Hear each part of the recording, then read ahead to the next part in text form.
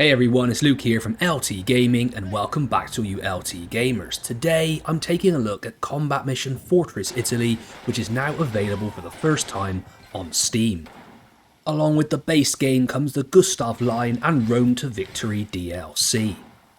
Now, I previously covered the release of Combat Mission Normandy and Combat Mission Red Thunder on the channel, and they did extremely well. We have a lot of very serious wargamers on the channel, and that's really something we appreciate. So while I will be repeating some of the points from those games, I want to try and outline what is unique to Combat Mission Fortress Italy. It's actually a campaign that's quite close to my heart because my grandfather fought in this theatre during World War II. It's also one of the most expansive World War II combat mission games and includes a huge amount of units, maps, scenarios and campaigns.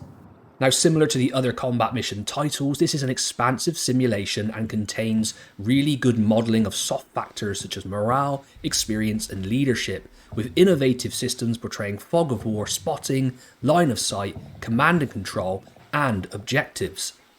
There are some pretty good combat physics in the game, ballistics and battlefield effects are also modelled. Returning in this iteration is of course the real-time or WeGo turn-based play. Personally, I always play these games in real time, although I know a lot of people feel they should be played in the turn-based mode. As well as many scenarios and campaigns, you have the quick battle system that lets you set up a deliberate, randomised battle and play to whatever specifications you want to take on.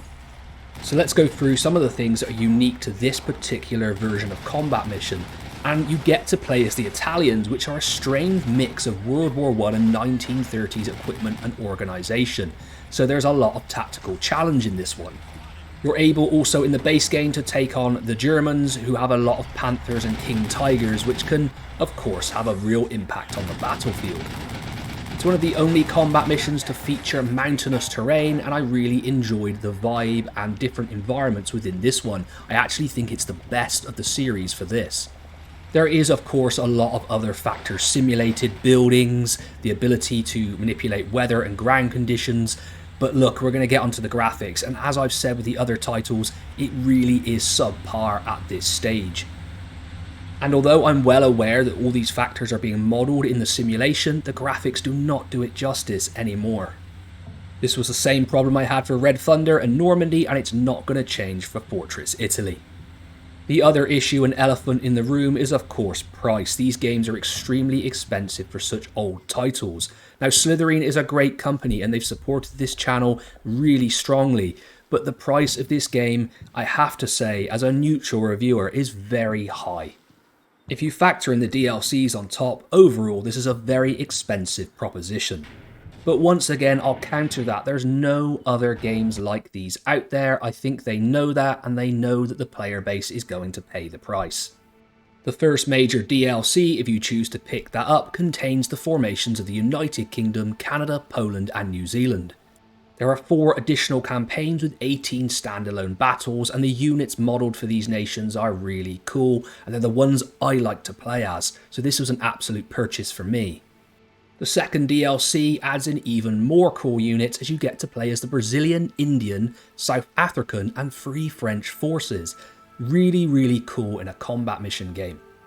Once again, it comes with 2 campaigns and 15 standalone battles. These games are also very difficult, so preparation and planning is key. You also need to have a lot of patience. However, if you can get through that, what lies underneath is a brilliant tactical simulation.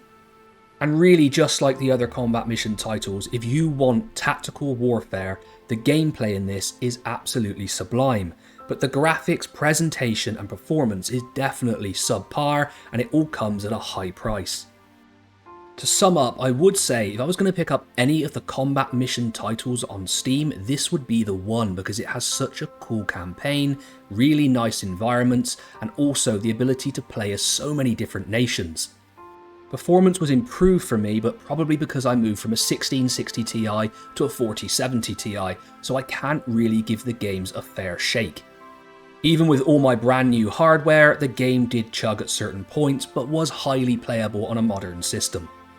If you want to know more about the combat mechanics within these games, make sure to check out my Combat Mission Normandy and Red Thunder videos. So my conclusion is this game is definitely worth playing. The gameplay holds up today, but the rest of the factors that I discussed do drag it down, and the price is very high. So there we go, LT gamers, another combat mission game has come to Steam. I hope you found that informative, and also it's great to have another war game on the channel. If you enjoyed this video, make sure to like, and if you're new here, think about subscribing. Small channels like us really need your help, and both me and Tom really appreciate it. As always, I've been Luke from LT Gaming, and I'll catch you on the next one.